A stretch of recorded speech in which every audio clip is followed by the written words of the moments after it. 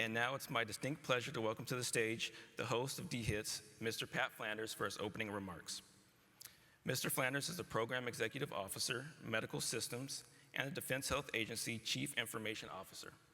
He provides leadership for the continued development of affordable, innovative, robust, and a secure information technology environment in support of the combatant commands, service members, veterans, and their families. Mr. Flanders is a computer scientist and Department of Defense certified acquisition professional with over 36 years experience, 36 years system automation, personnel, finance, and logistics experience.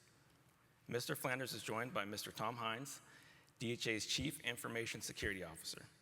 Mr. Hines manages the agency's cybersecurity program and is responsible for the confidentiality, integrity, and availability of DHA's IT infrastructure, business systems, and technology platforms and devices.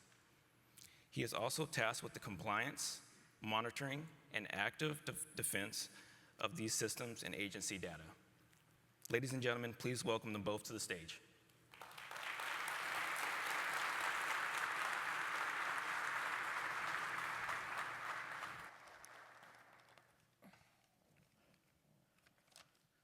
So, welcome everyone to Nashville.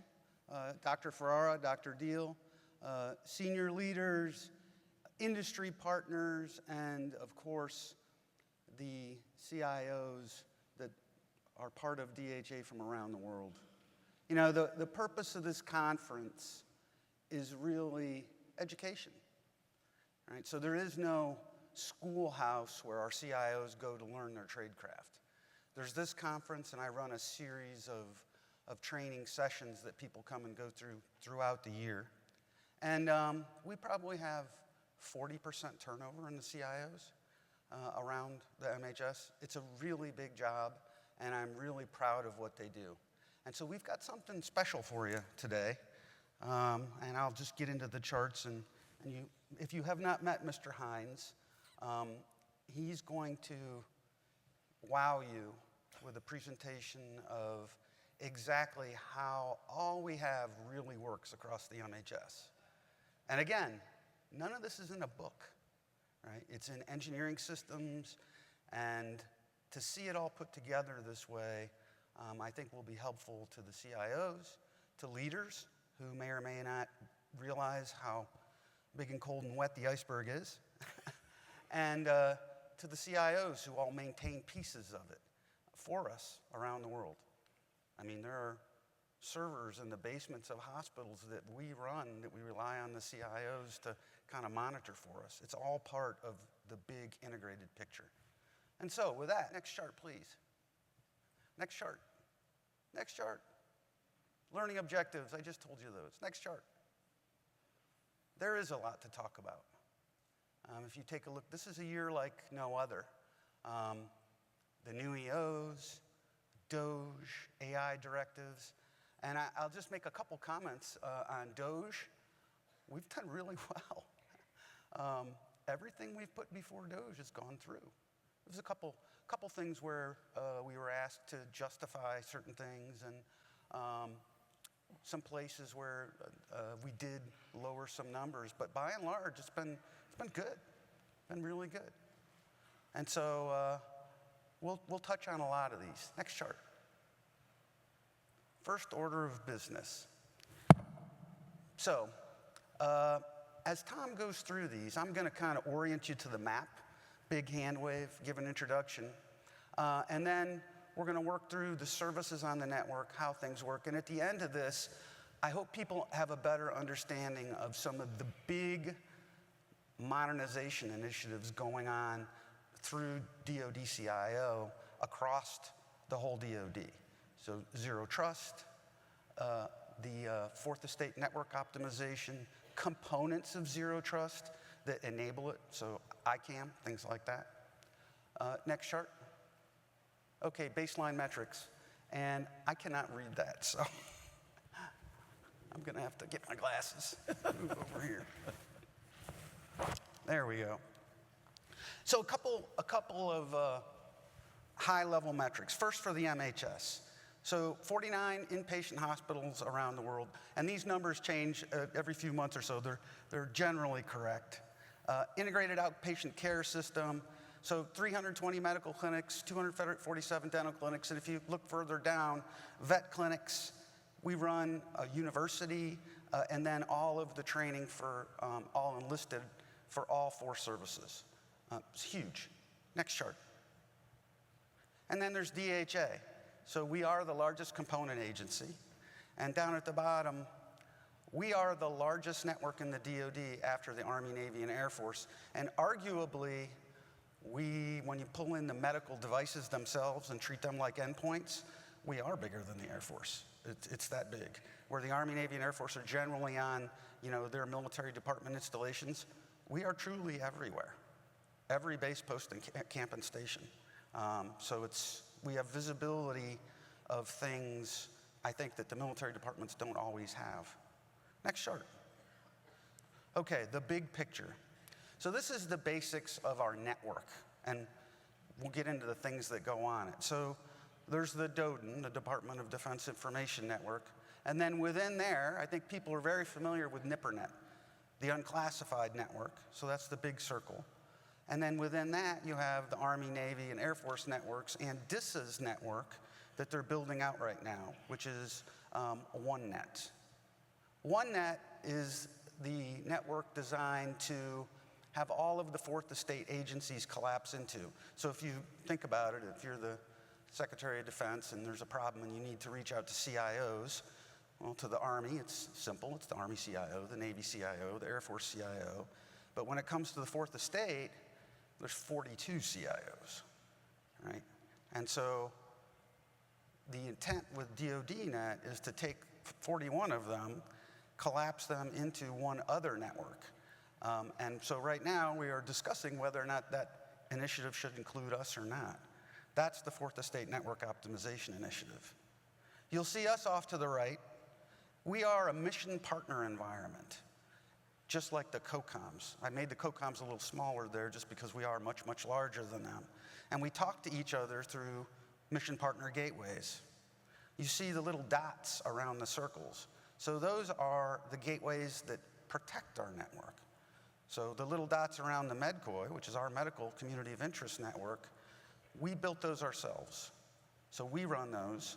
There are, I believe, 9 of them right now. That's the first line of defense to our network. So today, the way we secure our networks is kind of like the castle with the moat around it, right? That's what we have. That's what the NIPRNet has.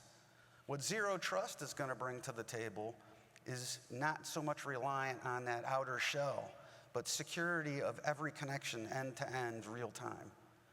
Key components of that are the identity of the entity that's trying to do the communication. So this is just kind of the big picture. You also see off to the right, Department of Veterans Affairs, very important, right? We're going to share the EHR, eventually, the federal EHR. Lots of touch points, lots of security. The VA actually hires us to help them implement network security at each of their sites to enable that. A lot of people, I don't think, realize that. And then the Coast Guard as well. So Coast Guard isn't on our network, but we've got special things that we've done to allow access to them. And then finally up at the top, Internet Access Point. We have our own cloud access point and our own Internet Access Point. We're one of the few entities outside of the military departments that allow us to connect directly to the internet. So this is just the basics. Now, I'm going to turn you over to Mr. Hines, who really is the brains behind all this, who architected it, along with many of our engineers who are with us here today. Mr. Hines. Thank you. All right. So should I try the podium or to do see what it, you you're did? gonna have to stand I think here. this is easier. Okay. I didn't realize I wouldn't be able to see very well what's on the screen. So next slide, please. So some more statistics. We started with the basics, and now we're going to drill down and talk more about the technical scope and scale of the DHA Enterprise Network we call the MedCOI. Currently, the DHA network has 40 Class B networks. Class B networks have 64,000 addresses each. Do that math, that's 2.5 million addresses. The important point about that, for reference, is in 2015 when we started the migration to the MedCoy, we had four. We had 4 Class B networks. So easy math there, we've grown by 10 times since 2015 as an organization. That's how big IT's gotten in this organization in that time. We have a global VPN mesh that protects all communications and transport between facilities. We had the first global VPN mesh in the Department of Defense dating back till 2003. In 2005, I was honored as having the 3rd largest VPN mesh in the world by an industry consortium in downtown DC. The first 2 providers were internet service providers, one of which was AT&T. That was in 2005. As Pat mentioned, we have 8 enterprise gateways, 4 CONUS, 2 Asia Pac, 2 in Europe, East-West pattern. Those control all the communications to the external networks. And as Pat mentioned, actually we don't have our own IAPs, but we connect directly to the IAPs for communication internet. No one's allowed to connect directly to the internet, except we do have a side door supporting MHS Genesis and our HIE partners over there. We have 4 enterprise data centers and then another 12 regional data centers. It says 16 there. Well, the 4 are part of the 12, and they're primarily located at large hospitals, and you'll see pictures coming up about how that orients all the services that support the enterprise relative to those facilities and those data centers. We have 150 installation processing nodes. Those are security suites that protect primarily hospitals and clinics and data centers, and also now with the integration with J9, our research facilities primarily at Aberdeen and of course at Fort Detrick. We have 1,100 active authorizations. For those who don't know what that means, they're ATOs. These are these dreaded things people have such a hard time getting. I'm the authorizing official. I have to sign every one of those, and those are growing at 10% per year, 1,300 facilities, 625 we call other line of business sites, so non-MTFs. The number it says here, over 600,000 endpoints. It's actually 625,000. And over 50,000 servers. That number is expected to grow in the next 3 years to 80,000 and potentially more. We have a medical device inventory of 500,000 devices, not the biggest. The VA has 1 million, and 200,000 of those are network attached and growing. That's the scope and scale of what we operate and defend. Next slide, please. So this top-level architecture is a slide I've had for about 15 years. It's continued to evolve over that time. But this is, some people call it an OV1 for people familiar with DODAF artifacts. I'm going to start the bidding, go down to the bottom, start at our enterprise gateways and go down to the MTFs, and then the subsequent slides we're going to talk about all the enterprise services and capabilities that support the broad middle of that network. The big shield at the top is one of our enterprise gateways. Again, we said there were 8. They connect to the NIPRNet federated gateways. That's the blue shield up above. And what do you see up there as per the prior diagram? Army, Navy, Air Force, and DoD net, and DoD M365 that's run by DISA. So that's on the NIPRNet. That is our only connection to the rest of the DoD network. And there's good reason for that, because we connect to the VA and we connect to our commercial partners relative to EHR and other mission partners outside of the DoD community.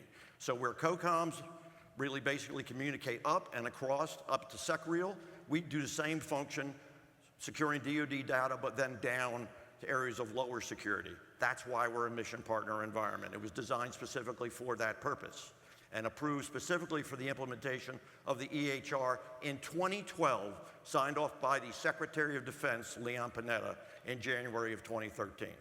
That's how we came to be.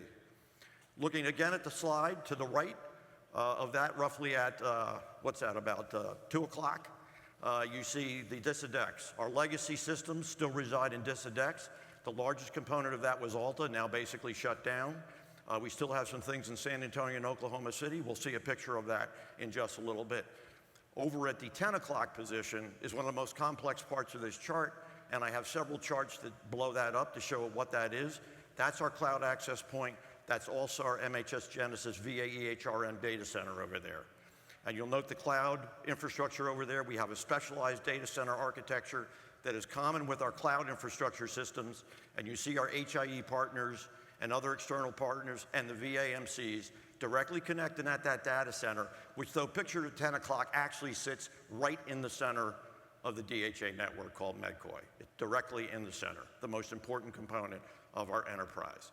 To the left, you see the J9 facilities and an image of the DREN. DREN's not there anymore. When we brought on J9 and we brought on Dietrich and Aberdeen, we moved the DREN connection up to the top. It's not pictured there. The slide hasn't been updated. And now down the bottom, we see our MTFs. At the MTF level, you see another shield. That's a local access gateway. That's what I also call on the other side the installation processing node security stack. These are all JIE terms. Nobody talks about that anymore, but that's when we were designed with cooperation of DISA and DoD-CIO. At that level, we have local protections for the systems that run at that level. We have capabilities to segregate medical devices and systems from one another to protect each one depending upon their security profile. It's a very complex architecture, and we're going to look at it in just a little bit. Next slide. So this is our federal EHR ecosystem. When I mentioned the thing at 10 o'clock, that's what this is. And I have another slide about our cloud architecture. So this is that ecosystem. It's a little bit hard to explain. We don't have a cloud in the middle like we do at MedCoy, but that's actually what this is. It's a virtual cloud architecture between our mission partners and our commercial providers. At the center at the bottom is the EHR network, and you'll see little blue circles. Those are routers. Those are part of our security architecture. A little hard to understand, so the big shields you saw at top on the prior slide are those little blue routers you see down there. That's part of our single security architecture, which is what the whole thing is subsequently called. Our modified Tier 1 boundary, IAP, that we're allowed to have connects to our commercial mission partners. Bottom right, that's what you see in the green. So that's the HIE and other commercial service providers that support the EHR with an expanded range of those growing every day. To the left, you go ahead and see the MTFs. This only depicts IOC plus Wave 2. Obviously, there's 100 facilities off there to the right now. You see the VA facilities and the FHCC just a little bit above that was implemented last year. You then see an image of the MedCoy Enterprise Gateway, which for some reason here is orange. I know that's confusing. The color scheme's not consistent. And then you see our connections again to external partners. Again, VA facilities. You see the Coast Guard. Correct Pat a little bit. We actually have 27 clinics in the Coast Guard that are on our network. No kidding, not just access to it, they're on our network. That's their full service clinics. The balance of their 67 clinics connect just user connections via Citrix today. And that architecture is changing and going to be more integrated as they're getting rid of JRSS. And I think that's all I want to say on this one. Next slide, please. Okay, super eye chart, everybody. I can't see and I don't think you can either. This is our cloud access points. Okay, cloud access points. A cloud access point is not one thing. It's many, many things because there are many cloud architectures. As Pat mentioned, the military departments have their own cloud access point, DISA has their own cloud access point, and we have our own cloud access point. Why? Because we're a mission partner environment. I can't go to the left on that slide and somehow go outside somebody's network to connect to the cloud. We need our own connection because the connection via the mission partner gateway is non-transitive. We can't move data back and forth. We can only ask for information one way, okay? At the bottom right on the slide, you see a set of virtual routers. I know this is getting very complicated, but each of those is a different security context associated with a different cloud tenancy, which is what you see to the left going up the side of the page. Off to the left then, sort of in the center, you see our enterprise gateways, which act as our external boundary, or otherwise known as our BCAP, and below that our ICAP, which is our internal cap, that extends our perimeter protections from our local site services and to the hosting environments that are actually on our network to those that exist in the cloud. Those that exist in the cloud via the ICAP are the tenancies on the bottom, and if you look very carefully on the left, there's a little orange box, and you see a security suite, an entire security suite. That's called the VDSS, Virtual Data Center Security Stack, just like our security architectures that you see at a data center within the actual DHA perimeter in the cloud.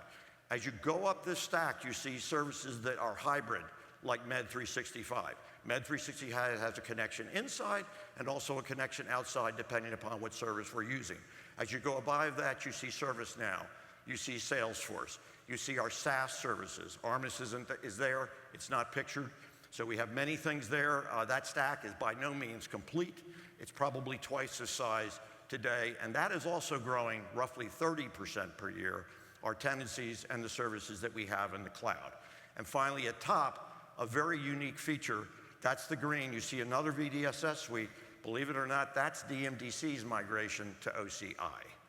They also use our security architecture. They use our CAP because they use our same cybersecurity service provider to defend and protect their resources. Why is that important?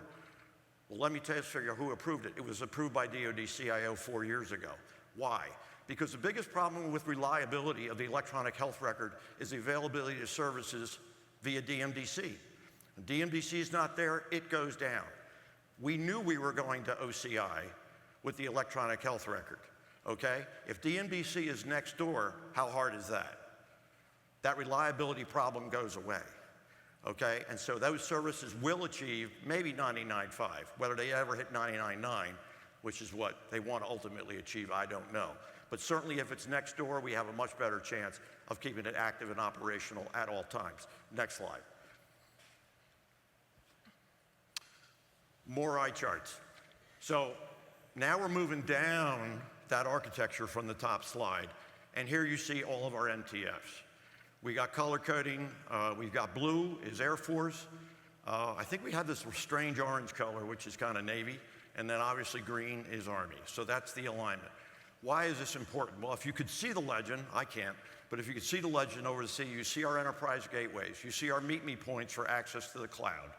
Okay, you see our enterprise gateways. You see the locations of the DISA data centers. You see where we provide our enterprise services. You see our regional and enterprise data centers, all which support these facilities. The lines going up show you the mapping of those capabilities all across our infrastructure to the sites that are supported. Now, lest you think a bad thing could happen if one of those nodes breaks, right, relative to all those sites. Every single major site here is dual attached to the DoDN. Every service is dual attached to the DoDN, which is then dual attached to a data center, which is then dual attached to an MTF, just like the MHS Genesis data center is quad attached, as will be OC3. So this is an entire mesh, and as I told before, biggest VPN network almost in the world. All those lines are encrypted to protect our data in transport.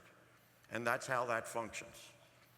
Again, most of this was engineered 10 years ago. We just keep adding things to it. Next slide. So this is the distribution of enterprise services across that same infrastructure.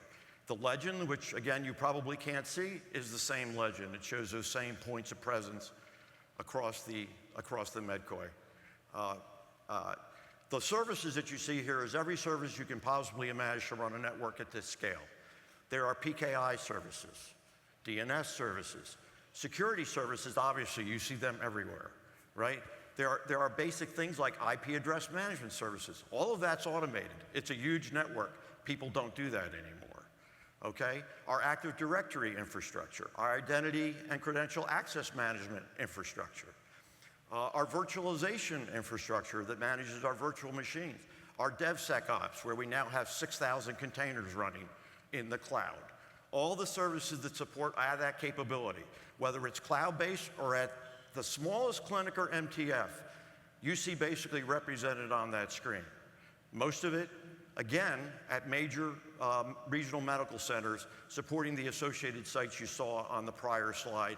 And again, remember, high-level redundancy. We have two major gateways, I should point out. You see the long line of blue services at Joint Base San Antonio and the long line of servers in NCR. Obviously, our concentrations of people, that's where the majority of services. Each of the services in Joint Base San Antonio back up those in the NCR and vice versa, and they in turn support the enterprise west and into the PAC and east and into Europe. Okay? Next slide. Okay, and now we're at the bottom of the stack, as it were, down at the MTFs. Some of you in this room, well, many in your room who have come from the facilities, understand our zone architecture. So we were doing zero trust before zero trust was cool. The zone architecture was also developed 10 years ago when we started the migration of the MTFs into the MEDCOI. Very complex architecture with 14 layers. If you look at that thing, you'll see those 14 layers and the different services that are instantiated at the local level to support the facility. The ones at the top are infrastructure services that tie directly to the services you saw on the prior slide. We have security services, we have network, we have directory services, we have authentication services, all at the top of the stack at the facility protected by a security suite. We then have clinical and business systems. We have database, web, and application servers, all separated per the DMZ standards. We have the LAN itself, that's in the center, also represented left, right, and in the center is the LAN. When you think of an MTF or you think of our headquarters, you think of the LAN, you think of endpoints, conventional endpoints, printers, that sort of thing, multifunction devices. That's only one zone, that's zone 7. Our infamous zone, the zone that is the most complex is zone 6. That's our medical device zone. And zone 7, which are facility-related control systems. We have a zone called purgatory. I guess you can guess what that's for. Okay, that's zone 9. We have voice services in a separate zone. All the infrastructure is segregated from one another. You may question, why all this complexity? A fully managed endpoint, like a server endpoint, has scads of security software. I know you love it because you see how long it takes your machine to boot up. Okay? That's what's protecting our network. A medical device has none of that. Clinical systems, even very expensive clinical systems, sometimes have some stuff to protect them, but usually not very much. Everyone has a different security posture. I have to approve all of them, right? And determine what protections are appropriate for every level of infrastructure, and that's what that does. That's how that functions. All that's tied to a firewall at the local facility, tied to policies at the regional level, and then all the way up to the enterprise gateways. Most of this, as you might expect, is automated, and obviously has to be. No one pushes the firewall rule anymore directly to a firewall. Every change in an MTF could be 300 changes across a network, or 1,000 changes. When we add a site to MHS Genesis, it's thousands of updates to devices and firewalls across the enterprise, so nothing breaks. And very rarely do you hear about those things breaking. Much to the credit of the people, many of the people in the room who work on those systems and have developed this architecture over time. Next slide. Next slide is an illustration of Zone 6. Folks, on the right-hand side, that is Zone 6. That's our medical device zones. So it's not just a zone, it's a set of VLANs. Again, each with separate policies. If you were actually able to see that, what you'll read down is a list of modalities. Each modality is segregated. Only devices that have to talk to each other actually talk to each other. Again, to reduce the risk of transitive movement of a potential virus or malware that could affect our enterprise. Luckily, we've done pretty good.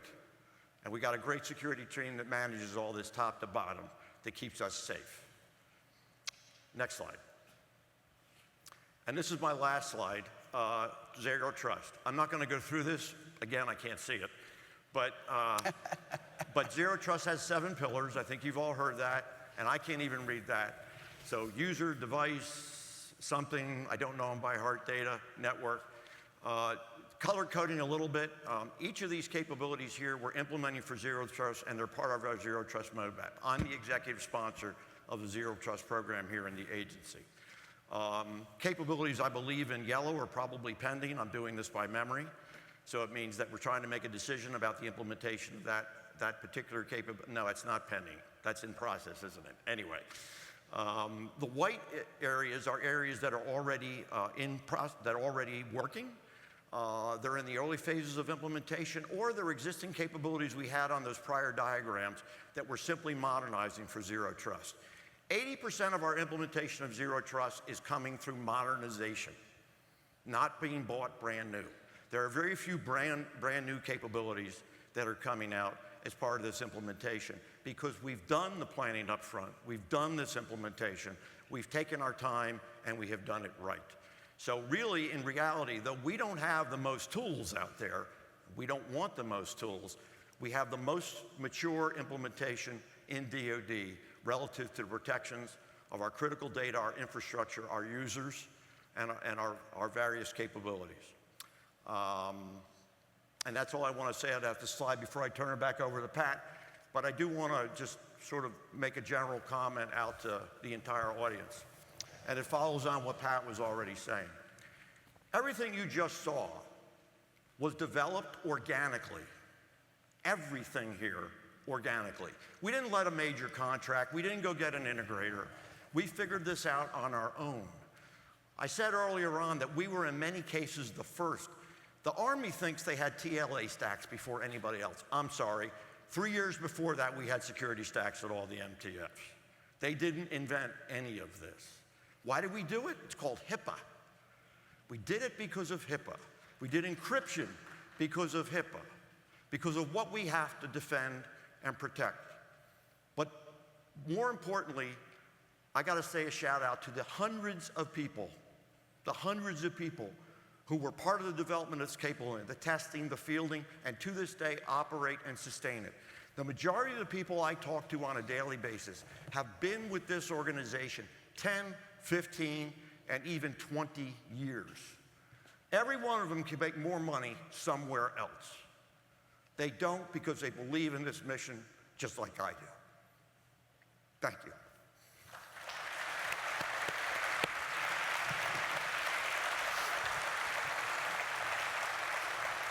Mr. Hines, can I get a waiver for security for the cloud that I want to connect? No. So I really hope, this is a lot, and I know it was a lot, but I think it's valuable for people to really see what's going on. Why do you have so many people? This is why. It's global, it's technical. You know, Change Healthcare didn't impact us like it did a lot of the commercial industry, right? And we were connected. And we were connected, right? 300 connections.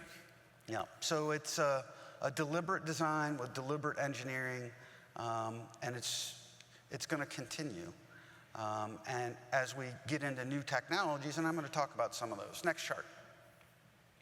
That is the next chart. Okay. Oh, that was the next chart. Go back one, please. Yeah. So, okay, so we now have a standard network with standard services, standard stacks at the MTFs. When we accredit something at one MTF, it's accredited everywhere. In the old days, it was you accredited an Army MTF, you had to start over to do Navy, then start over again to do Air Force, right? Behind us. To do that, and to make it even better, we said, hey, let's standardize the workforce. Let's standardize our enterprise help desk. And so instead of press 1 for Army, press 2 for Navy, now it's, you know, press 1 for Office 365. So we have a global service center. It's 550 people, 24/7 by 365. The sun never sets on it. And it's part of our big strategy for services. Next chart. So I started this on this stage 5 years ago, and we pitched the enterprise services contract, right? Family of contracts. So there's 3 components to it. So there's the ITSI, the top component, which is a contract to help us manage globally the 2 other parts of it, geographic service providers. So every MTF has touch labor, touch engineering labor. Well, they're all different, there's 200 different contracts with all different companies. And the poor CIOs, every 24 months, are having to take the time to go out and recompete these. A lot of times they don't have the experience in the contract and to do that kind of stuff. So we said, hey, what if we let one contract for the entire MHS for the services that those CIOs need and standardize them, and then have the ITSI, the blue bar on the top, help us manage that. Wow. When people call in for the help desk, we'll have a continuous feedback loop of the people on the ground talking to the centralized folks both with people with hands-on keyboards, you know, to the quickest way to resolve. And then the final part there, the capability service providers, instead of a contract for directory services with this company and this company and this, we consolidated all that. This is real, right? So the ITSI was awarded 3 years ago, and we made these contracts for 10 years so that we didn't have to keep going back to the well and the continuous, never-ending time to recompete, time to recompete, time to recompete. Next chart. A little bit different view. So this is the ITSI. It shows that organization that's helping us manage those. It's Peraton. And the standard services, so standard processes, tool sets, shared ways that we do help desk tickets, that all used to be different. And now it's all kind of one way in one system. Next chart. Okay, let's talk about the GSP. So the GSP we've started rolling out. We ate our own dog food and did the first task order. Again, this is the touch labor. So the headquarters at DHA is touch labor. We did that one first, and the one in San Antonio. It went great. In the first few task orders, we saved $12 million. So that was the other benefit of this. And this is coming to all the MTFs in the next 2 years. Couple points for my CIOs out there. Remember that bullet under considerations. It's a contract, it's not funding. It's still your money, right? But being used on this contract, the intent is that the money goes further. And that's what we've seen so far. And this goes back to manpower, right? I think we're on our 5th directed manpower study since I took this job 7 years ago, right? And they keep coming back saying, we're right-sized, we're right-sized, we're right-sized. So this is kind of in keeping with that. Next chart. These are the service offerings. So when we come around to your MTF, so if you're an MTF this big, you don't need all these services. But if you're a Madigan, right, you probably need all these. And there's a couple that you want that I don't have. And so for those, we'll work it out as we come around. Next chart.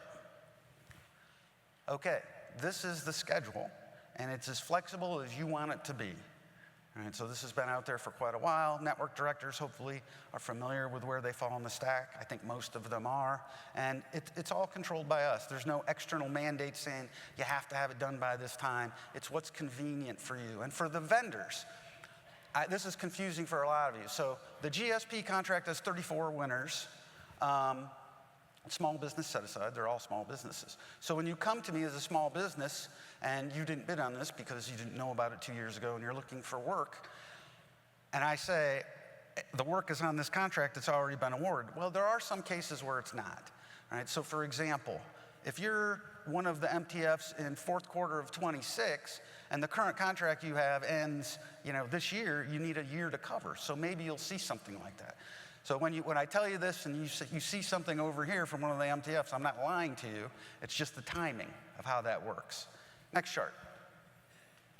Okay, now I want to talk a little bit about some of the neat things we've done and neat things that are coming up this year. So this chart talks to DHITS. So DHITS is the organization that does the evaluation of medical for all officer accessions programs. So all the academies, ROTC. On the left, you see DMAX 1.0. We inherited DMAX 1.0.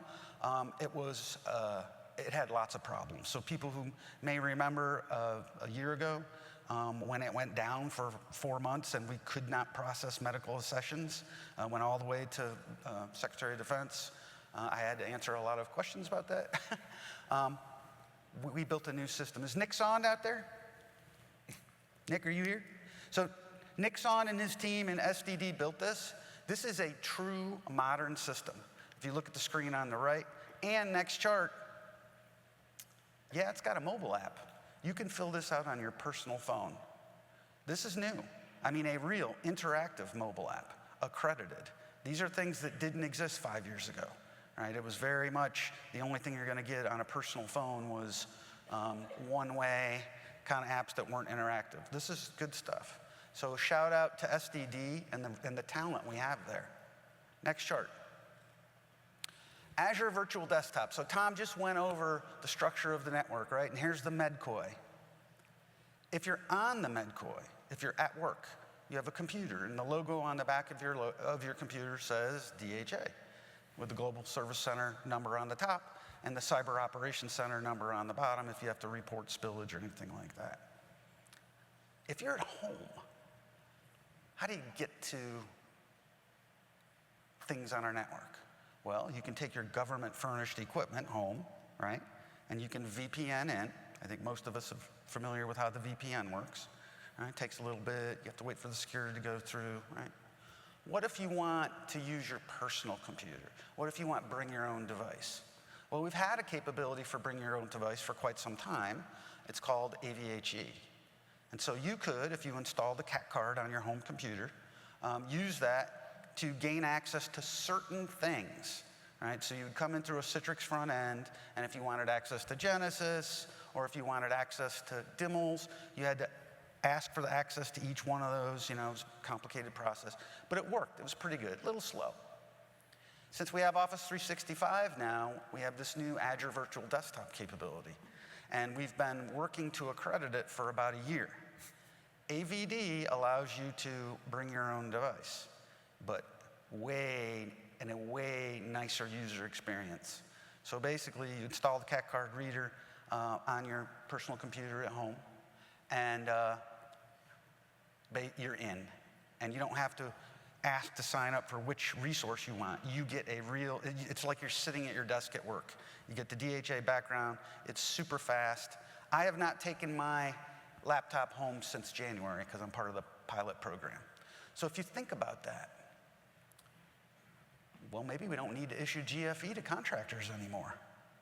Think of the savings from that, right? Just, hey, use your own computers. It's accredited to do that. All you do is you install a CAC. That's millions. And the icing on top of the cake is it's fast. Here's another thing, power users. So I'll get some super power user who will come to me and say, I have 4 terabytes of data. Your standard notebook computer, the hard drive in it is too small. I need you to put a special one in there for me, and I need decked out memory and all this. Well, this is your desktop in software. All we have to do is change some dials. You have as much storage space as you want. We can give you more memory, all in the cloud. Really good stuff. I'm really excited about this. Thank you, Patrick Leitner and your team. Next chart. And this one I'm really excited about. So if you're familiar with ChatGPT, right, or Bard, right, or Gemini, or any of the LLMs that you can go and basically there's a free version, you can ask it questions, and then for a few dollars you can sign up for a subscription, right, and you get access to the LLM, the model for that company. We're about to have the first one approved for PHI. And this is what's nice about it. So if you went to Google Gemini, what company's model on the back end of your query are you getting? Google, right? If you go to Grok, you're getting the X platform, right? So they're proprietary, specific for the most part. This capability is model agnostic. So once you get an account and you get in, you can pick which back-end model you want. The ones that we've accredited for IL5 for PHI. You can say the first one that comes up is AutoGPT, but you can pick Google. You can pick different models. What's nice about that is once we start developing in that environment, right, and you can develop in it, automating tasks, you can just say, I wonder what would happen if instead of using GPT, I use Claude as the back-end model. You click a button, it's done. You get the answer. You don't have to recode everything. I think this is going to be really important. And I think power users across the MHS are going to start building things that they find very valuable, right? And it's not, it's a development environment, right? It's not a turnkey application. But given time, I think people across the MHS are going to build stuff, smart folks, informaticists. And once they get it built, they'll export it to others. So we'll see where this goes. Next chart. And so, just to recap. For some people, this may have been the nerdiest thing they've ever seen in their life. For others, it's like, wow, that's the first time I've ever seen it all laid out together. So I hope you got something out of it. And for the vendors, maybe some information about why sometimes we seem schizophrenic. The contract's already let, except for this, things like that. Next chart. Now, it's the people, right? So all of these things are run by this leadership group, right? You see Mr. Hines. By the way, Mr. Hines is retiring in October. And so I'm looking for a replacement. Good stuff. And then, you see kind of the engineering and technical folks on the left, our ESABAD section, our RMED section, our lead engineer for networking, and then the division chiefs down below, Colonel Lattimore, and the I&O folks. So they run the help desk and all of the infrastructure things. So the wireless at all the hospitals is run out of I&O. It's the same at all the hospitals. The LANs, the routers, the switches, hundreds of them. We go around the world installing those things. We do a refresh of those things. New buildings being built all the time. There are about 7,500 IT personnel in DHA. That includes the MTFs. More than half of them are at the MTFs. The rest are supporting shared services, all of these things at all the MTFs. SDD, Colonel Moss, and then my wonderful finance folks. For CIOs, if you have problems, nobody reads my email but me, send it direct. It's always been that way, it always will be. And don't be shy. I believe that the way you get things resolved the fastest is people with hands-on keyboards talking to people with hands-on keyboards. Right? Next chart. Okay. And now we have the fun part, so the annual achievement awards. And so if you could help me out there, Senior Price. After Mr. Flanders had been here a couple of years as CIO and had 2 or 3 DHITS under his belt, he wanted to recognize sites that would support some of our key strategic priorities. So we came up with the following 3 awards. When your name's called, please come forward. Stage is right there. Also, I just have to say, Mr. Flanders, 2 of them are Air Force this year. We don't need to emphasize the importance of good cyber hygiene. For excellence in cybersecurity, we'd like to recognize the 374th Medical Group, Yokota Air Base.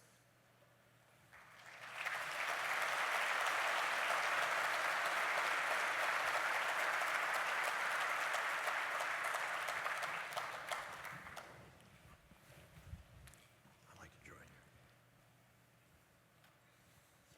Congrats, very good. Appreciate it. Very good. We'll get posed for photo. Come on, Mr. Hines. And this is the cyber guy right here, so. All right. Thank you.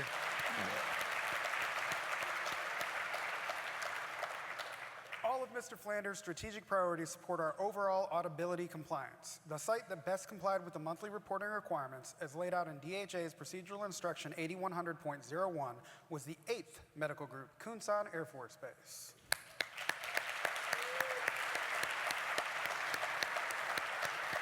Auditability.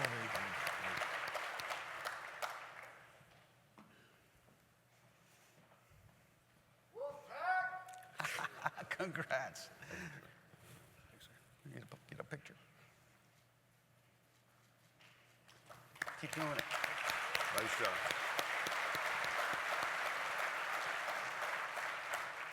And finally, we all know how vigilant Mr. Flanders is about knowing our people and our money. Implementing Ectropy into our world when he took over as CIO, we've seen the benefits of this tool. The site that complied best in supporting site Ectropy reporting was Fort Novacell, Leicester AHC.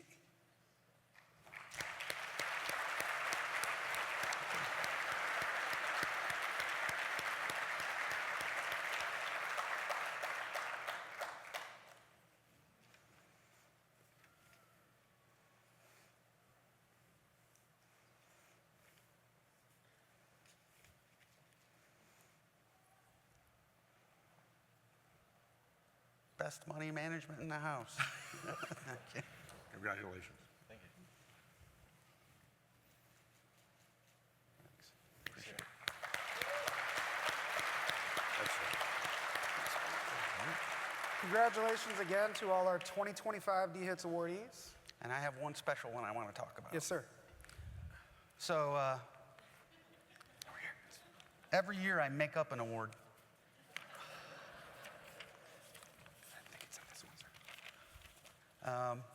Based on what I see.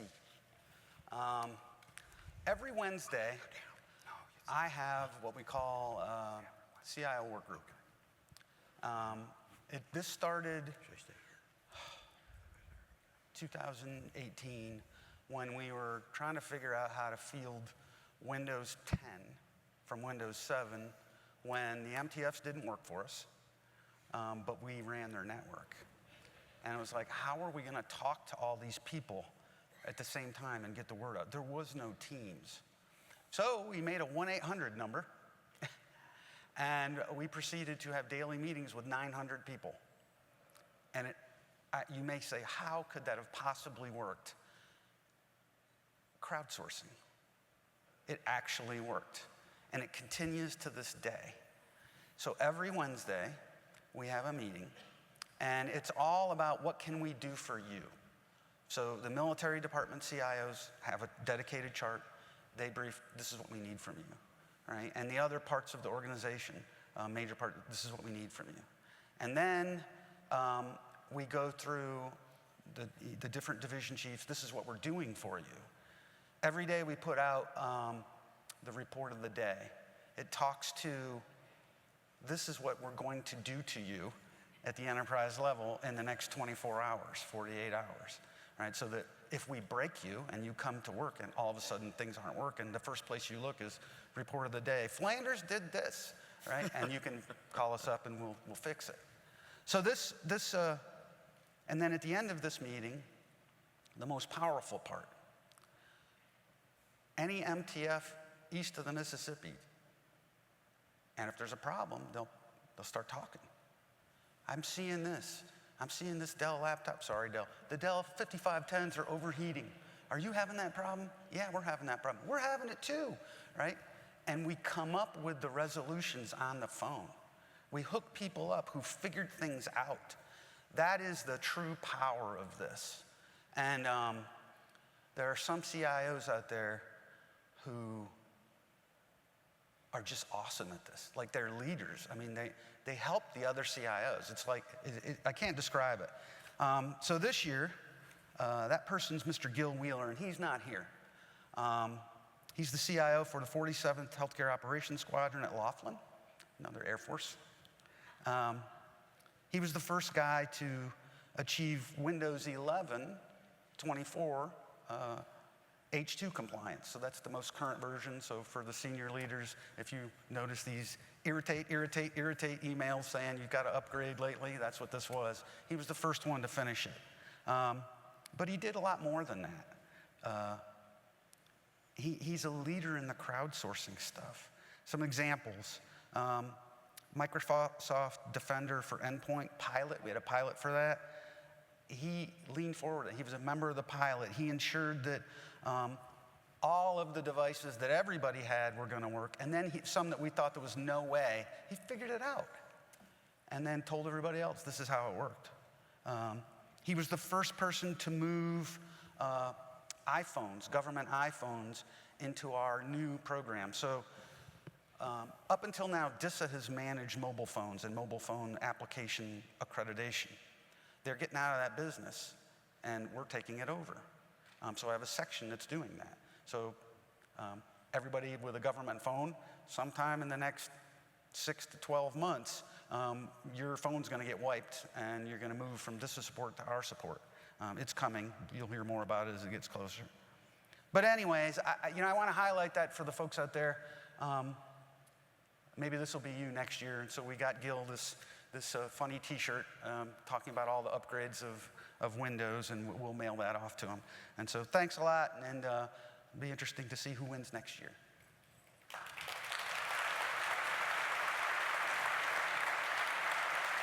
Next chart. Sir.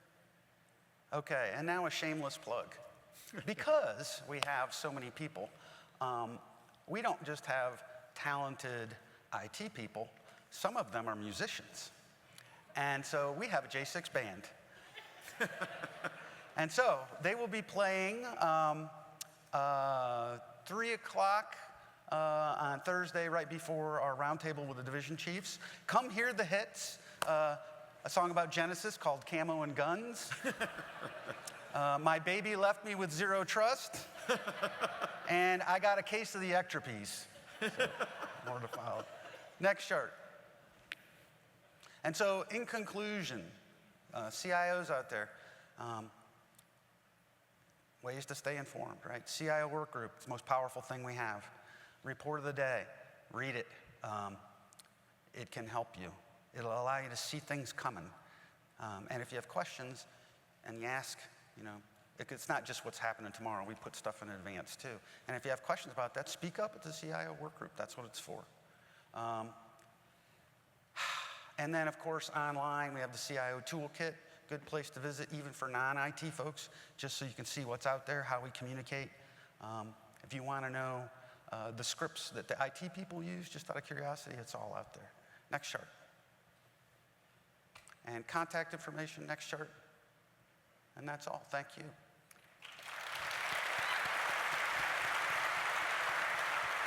Thanks, buddy. Questions, Sam?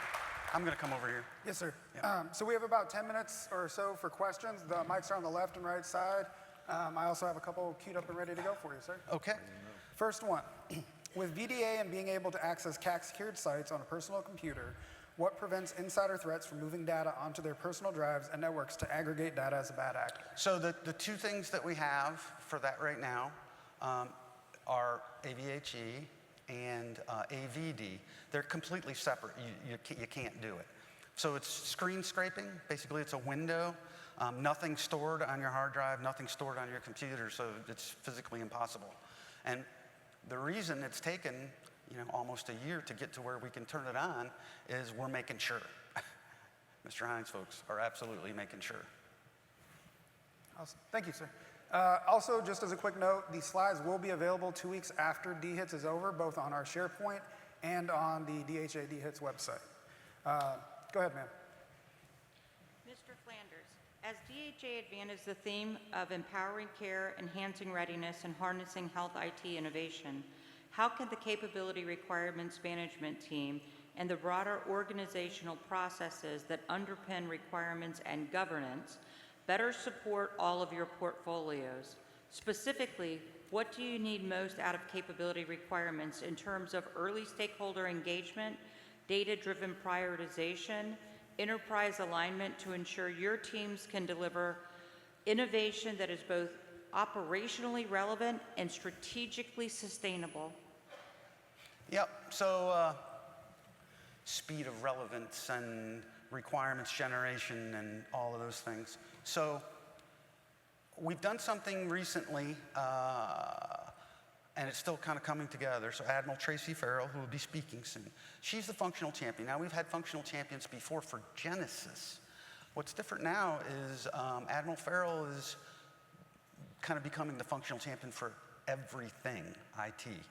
And I like that because at the end of the day, I'm the guy with hands-on keyboards. So whichever tribe you come from for requirements, they're all going to end up with me. So I like having one functional person in charge too. I think that's going to be very powerful, and you're going to see things start to come together. We're not completely unified, right? But it's a huge step in the right direction. So I'll say that, and then I'll leave it for her panel so that she can answer questions too. Ma'am? Howdy. Okay, I had a really quick question about your Ask Sage capability. Obviously, these large language models, Grok, ChatGPT, they're not like anything we've ever seen before. They retain the information that they're given, and we've talked a lot in this symposium about the security measures you guys have gone through in order to keep all this information safe and HIPAA compliant. So are there any concerns with, I might be too short for this mic. Are there any concerns about providing that information to Grok and ChatGPT? And what's going to happen with that? Yeah. So the reason it's not live yet, and the reason we've been working on it since last October, is that. And so it is IL5, and remember, risk management framework is about actually managing risk, not just saying no. And so we're doing that, and Tom and I have lots of discussions. Tom, can't we make that work? Right? And so we have our own tenant with Ask Sage, and in that tenant, we've put break and inspect. We have all our tooling. We have monitoring. So this is not, what the other military departments have. Ours is the real thing. Tom, you want to add? Well, the only, such measures we're taking, such as AI, we're putting in an AI firewall. It's a very new development technology, use natural language processing to look at the categories of prompts when information is being shared. It can read documents in real time and understand what's being submitted, and also to the extent that there are hallucinations or worse. Because the worst thing is that we have a user inside that does something as abstract or strange. This is called insider threat, right? So I'm going to give you a piece of code. I'm going to ask you how to break that program and design me some malware, because you can do that with large language models, right? So we're putting in protections to shield against that sort of mischief, because that would be a really bad day if that were to happen that way. So these are the kinds of risks that actually exist out there, and we're validating these models. We're going to continue to validate those models, and as Mr. Flanders indicated, we're using certified models, not any old model, commercial model, but certified models. So we have a lot of depth going into tuning that and making sure we have the appropriate protection. Yeah, we're going to build it and see if they come. And we need it as part of our own DevSecOps pipeline.